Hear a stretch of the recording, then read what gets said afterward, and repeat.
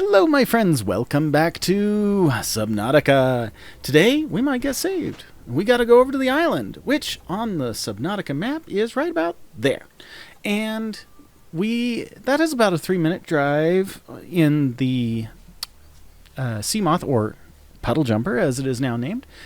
And so let's head on over there. As usual, I continue to try to keep an eye open for any new tech that we can find along the way. And there's a good chance that we will be able to finish the Cyclops tonight, as well as we are going to build our very first scanning room, which will become very handy for finding very specific resources. In addition to that, oh dear, did you see that guy? That was interesting. And now for the first reveal of this game, the platform that brought the Aurora down. Yes, it does in fact look like a very awesome large space laser, but this is a quarantine enforcement platform, which kind of indicates, yeah, we may or may not be hopeful for a rescue today. Even though we will find out in, well, at least as it's posted, 35 minutes and 38 seconds. And what we are going to do is just look at the size of this facility. Like, it is pretty darn large. We need to get inside and see if we can't shut it down. So luckily, unfortunately, we are blocked off by a force field right here. But we have this cool broken tablet here. Hey, yeah, we've already scanned one, so it just gave us some more titanium. And this entry, or what is it? Force field control terminal, as it is called. We need to find a tablet to place into it. And I left the other one back at the base, but there should be one hanging around this island somewhere. So let's quickly... Oh, there it is, right there. So as we look around, there's also a little tidbit that we can just check out on this far side. You see that we have a trail to eventually follow. And, wait, what is that? We gotta go check it out. Run down the hill just around a second, and here we go, scan, and we find the first piece of 3 engine components to the Cyclops. We're gonna finish the Cyclops today. I forgot to mention that earlier. But we will not be able to build the Cyclops today. We still have resources to collect. Yeah. We'll figure that one out. Hey, that force field came down nice and easy. In here, this is some super awesome architecture. Even though it's very square and... now that I'm thinking about it, it has a very Minecrafty feel to it. But I love the beauty of this kind of metal that, even though it has been here for who knows how long. Oh, look at that. There's a terminal over here. We got to collect the data from it. This metal and the building look totally clean, as if they were just put together yesterday.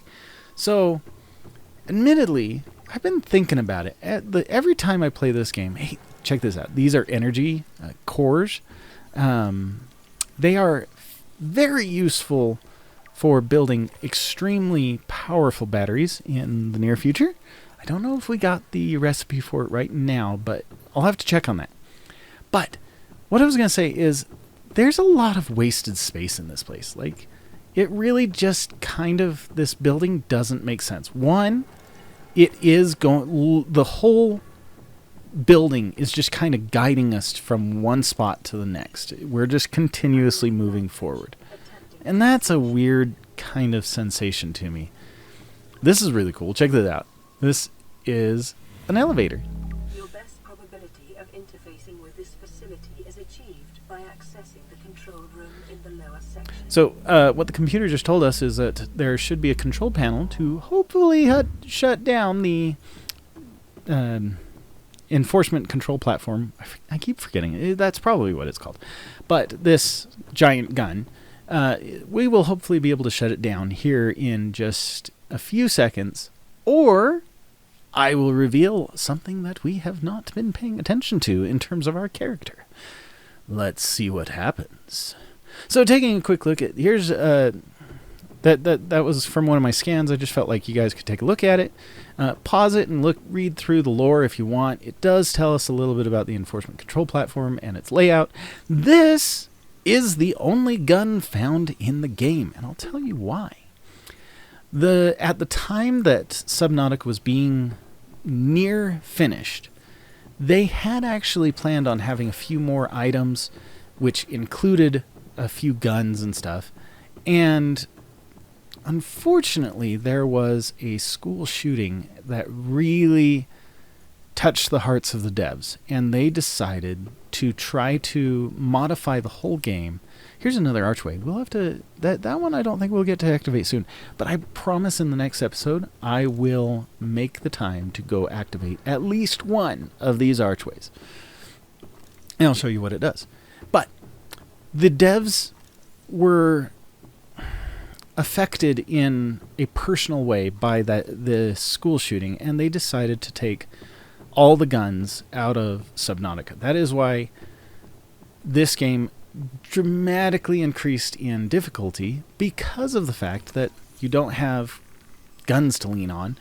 We do have eventually a stasis rifle that will be kind of useful, and we could equip the puddle jumper, or what we will eventually have a suit called the prawn suit, and the prawn suit could have a torpedo arm.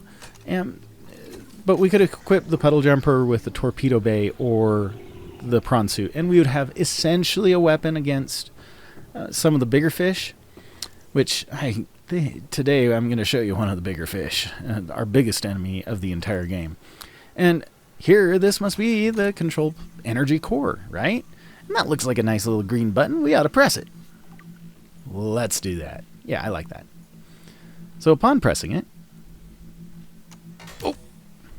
that's a force field holding us in place.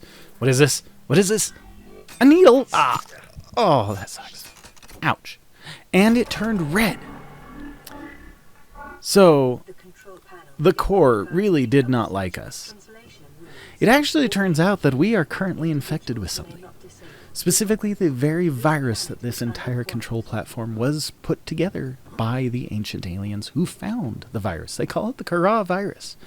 It is unfortunate that this virus is eventually deadly. And that kind of sets us up for the rest of the story. It was mentioned, I don't know if you noticed, briefly, that the Kara virus had infected the Dagazi survivors. They mentioned green pustules that were showing up on their skin, and even the son, I can't remember the son's name, he mentioned when he came back from the deep that he basically was alone. Everybody else had died, and there was nothing more he could do. And he was kind of sounding a little bit more sick. But let's quickly get out of this facility. It's just basically follow your way back. There was that cool moon pool bay, which actually is big enough for us to stick the Cyclops into later, which will be useful, from time to time. But we have to find a way to shut down the enforcement platform, because even if we do manage to build a rocket to get off of this planet, we might very well run into the enforcement platform stopping us. Which, in 26 minutes, we'll find out if the enforcement platform will even let the Sunbeam come down to the planet. Obviously, it didn't let the Aurora come down to the planet, so I'm not hinting at anything there. But let's take a look. Here I am showing you a little bit more just of the readouts. Go ahead and pause it, read these. These are some fun little tidbits that kind of give you a little bit more lore. They don't exactly help the story along. And then for some odd reason, I was like, hey, look, here's the other stuff that we scanned. I just wanted to clear out everything that we scanned, because you have to look at it for at least 3 to 5 seconds in order to get the little yellow dot to disappear. There's no other way to say that. But tell you what, I will let you look at the rest of these logs as I scan through them. A little bit of this was trying to find out if we had any door codes for the Aurora, but I'm going to play some music and go through the rest of these, and I will be right back.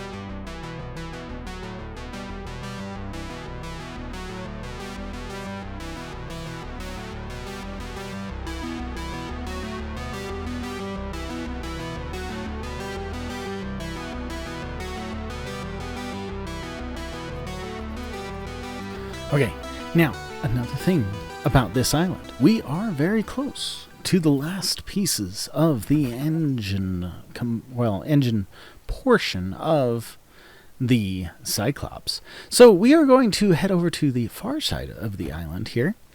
We'll go past the alien enforcement platform, and look at this. There's one of those archways in here. Curiouser and curiouser.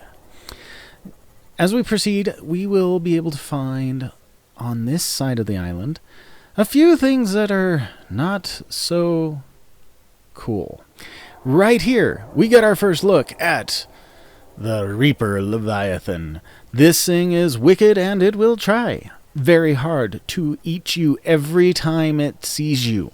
It is very dangerous, and you probably would be best to stay away from it. The best time to scan it is if you have a stasis rifle. You can hold it still for long enough to be able to scan.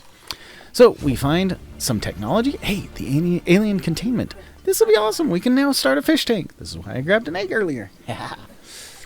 And let's see. We just found one portion of the torpedo arm. This is the bioreactor, or I'm sorry, the nuclear reactor, which will be useful for those nuclear rocks we got a little while ago. Let's see what else we can find.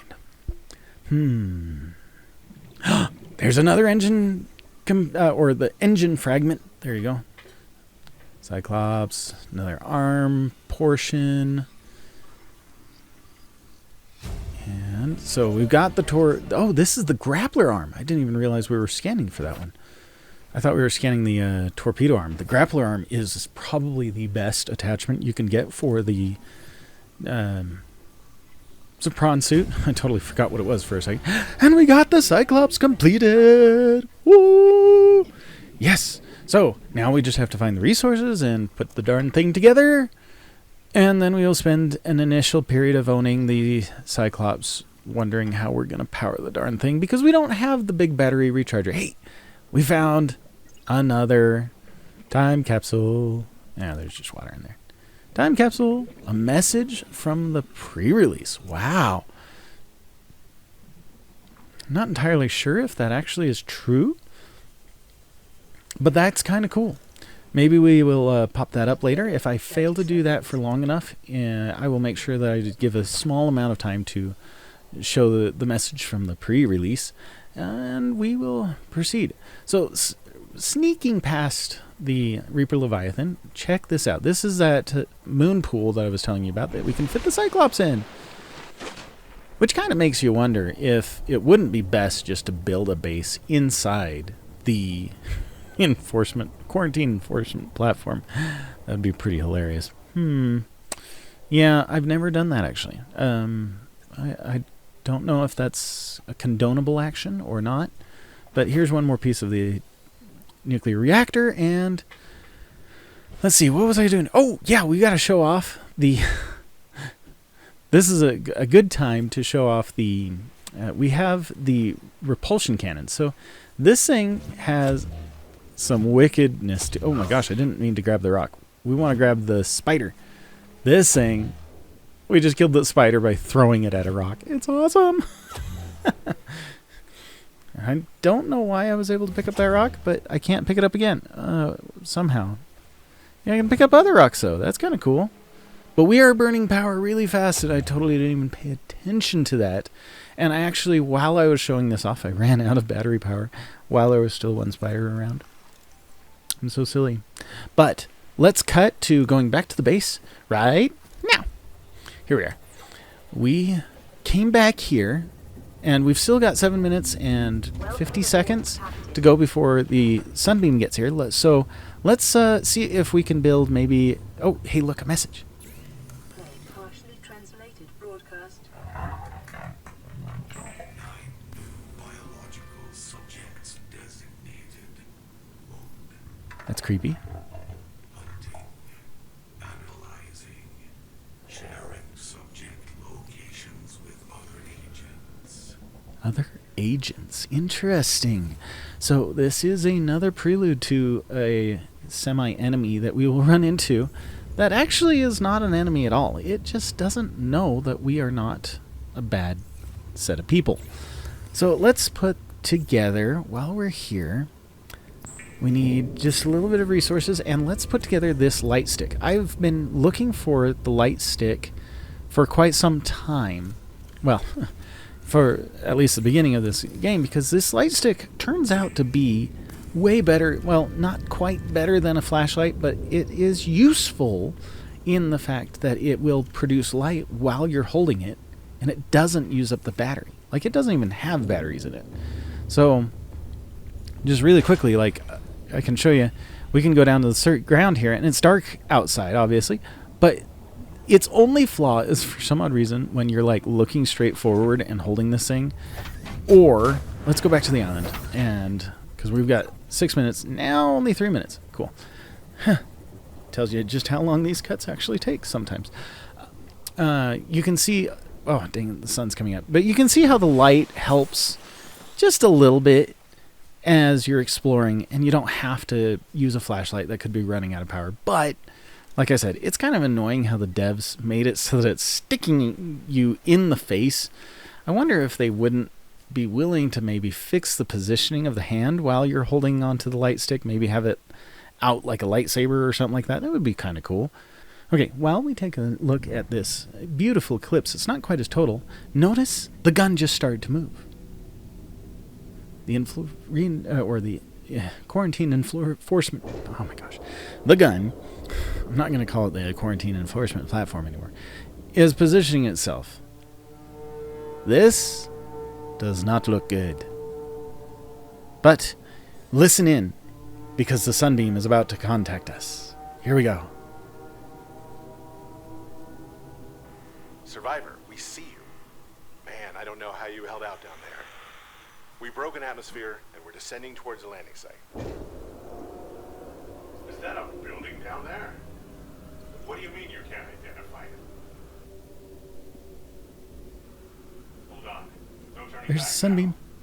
now. Positions everywhere. It's coming through the clouds. Touching down in 10, 9. Do you think it will let us? It's coming from the building? Change course. Set thrusters to full.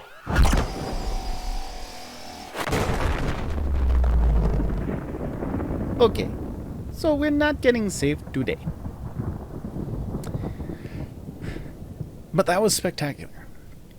And while I took that, I don't know if it glitched in the video or not, but I was also pressing, I think it's F11, to take some screenshots, because that was kind of cool to see. And you only get to see it once. Now, this is a funny thing about Subnautica in general. There are events, just like this one, that would happen regardless of if you were here at the island or... well, actually, I don't know what would happen if you didn't come to the island. But, for example, the aurora exploding would happen regardless of if you were watching it or not. And so it's kind of fun knowing that you don't have to go into like a cutscene in order to see this happening. You could be anywhere in the map and watch it as long as it's rendered in. I mean, obviously there's a certain distance of rendering and yada yada yada. But I love the siren, kind of just this eerie siren. And this building is fully rendered. Like, it's not just an empty shell like in some games. So you can go on to these platforms, and obviously you can't get anywhere on it, but there's this you can get around, and it's fascinating that they would take the time to put this all together and actually make something that seems like a true mechanism. Oops. I need to go onto the ramp. But yes, that is, especially for a first-time playthrough, when you see the Sunbeam explode like that, it is kind of shocking. Like, what on earth just happened? Like, now we have to figure out, or at least now we know the consequences of if we try to leave the planet. Because there is actually, I think I remember that there is a you get destroyed cutscene if you try to leave. So let's go back to the base. I'm just going to cut to it. And let's put together a few more things. We need to put together the charger. Because now that we're running out of battery power, we have to charge some things. Like, we're in trouble. And in order for us to go to the Aurora, it would also be helpful to have a full complement of repair tool, the laser cutter, the scanner, and this repulsion gun. So let's go. Oh, and our habitat builder even uses electricity while it gets built. Or builds. So let's take a look at, let's see here. We need to get the battery charger. It's right there. Yes. And we can place this just about anywhere, but we just need some copper wire. And let's take a look at that. And as a reminder, we can place it without having all the materials. So we have just a partially built item there. We just need to get the copper wire. And that would be useful. That is useful at times when you have a full inventory and you won't have enough to start a project, but you don't have enough to put all of this stuff away in your inventory. And I don't know why I'm carrying around the egg. I think I remembered to put it into a storage unit eventually. I just kept it in my inventory. But we need more copper so we can make some copper wire. So after a quick little jaunt to grab a few more, or just find more resources, which, like I said, this game is notorious for running out of the resource that you need. So, enjoy the little montage as we try to hunt down another piece of copper. And this is what the scans actually help us with, because there is little tidbits in here. We know the copper are in the limestone outcrops. So that sometimes if you notice the details while you're reading them, you will find that there are little tidbits that the devs stuck in there, not to smash you in the face with, yeah, here's where the information is, but to just kind of give you a subtle nod to, there is information hidden all over your map. Give it a try, and you'll be you'll find you don't need to go for researching everything on Google. You know, it gives you this. So we have enough materials now to finish the battery charger. Right? That was gold. What am I doing? Let's go make the copper wire.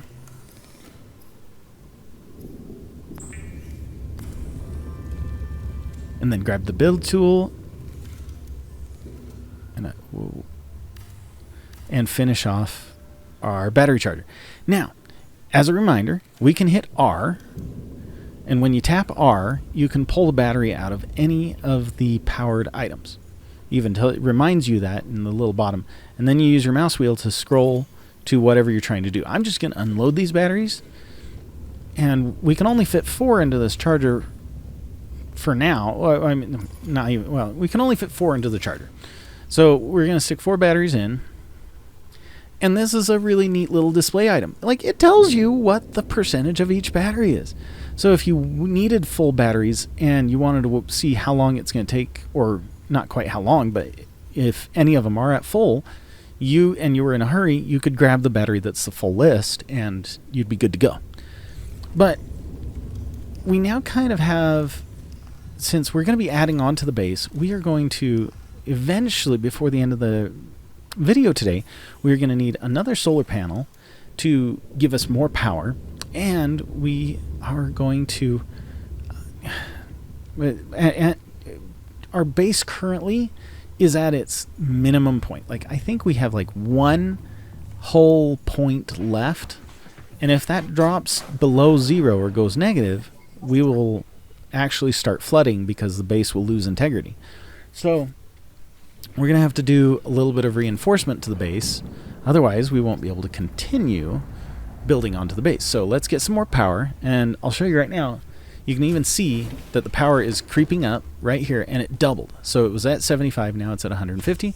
That's just nice. So we now have a little bit more power, and especially for like when we're charging batteries and we bring back the Seamoth and we need to charge that and stuff, that's going to give us that much better organization, and we won't be running out of power. And in this case, if your facility runs out of power, you lose your air production and obviously charging. So if you were really in a tight spot, that could be really problematic.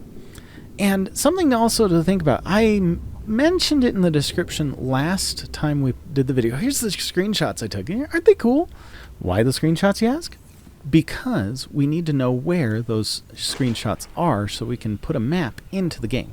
Now, here, let's try to reinforce from the outside. And there are spots where you'd be able to place these reinforcement armor platforms, but I don't want to hinder where the the pedal jumper would be. And once you place it, if any part of your base is already touching it, you cannot remove it unless you remove everything on top of it.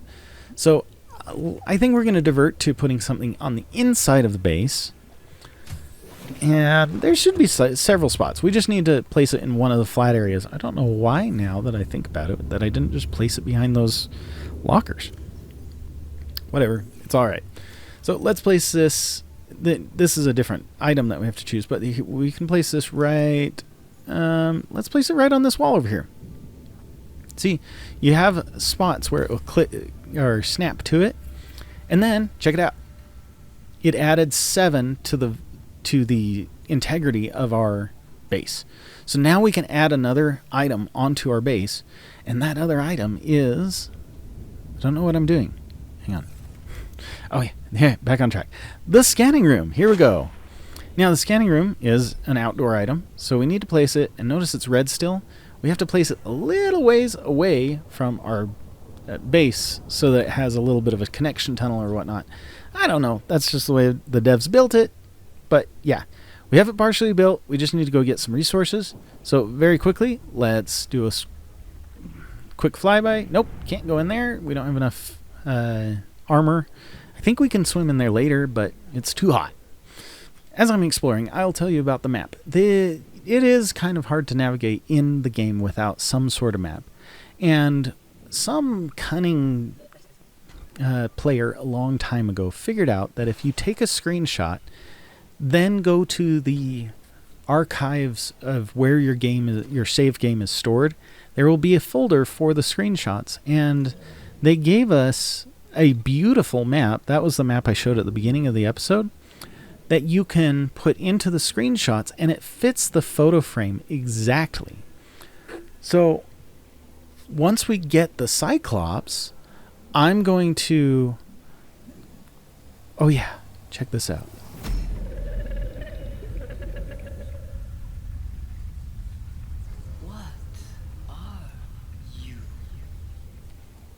Okay, for the sake of acting, I was acting like my character was freaking out, but that was synonymous with the first time that happened. I kid you not, I jumped clean out of my seat and almost ran out of the room. It was hilarious. I didn't realize what was going on, but that entity, whatever it is, will come into play near the end of the game. That's part of the end game. So, as you can see, or I kind of circled it, we don't have anything showing on the inside, even though we have this partially built on the outside, because it doesn't technically exist until we're finished, right? So, and notice right there, it said our integrity went down. So, now we have the scanning room. Check this out. Now inside, we have a 3D map of what's around us, and we have these fun little drones. We have 2 of these that we can send in various different locations. They do have a limited range, so you can't send them too far away, but they're fun to, like, I guess if you really were more into the observation thing, you could send it to go watch a certain animal or whatnot, don't send it to watch a Reaper Leviathan, I promise you. But also, there's this. You can scan for specific resources, and it'll show you where it is relative to you, and those 2 little dots is where we are. Now, we do need to get an upgrade, and we have this little upgrade panel. And this, if we get this HUD display, when we do a scan and we have the HUD display up, the 2 work together to let us leave the base, and the scanner will show us where the items are as it finds them. It's really fun. So if we need a lot of limestone deposits, we can go grab those, and it'll be really great. It'll be useful, and you'll see me do some quick cuts in later episodes. But for today, we are not going to do that. We need to concentrate on a few other things. So we had the psychokinetic connection temporarily with that "what are you" question, unknown being, what are you? And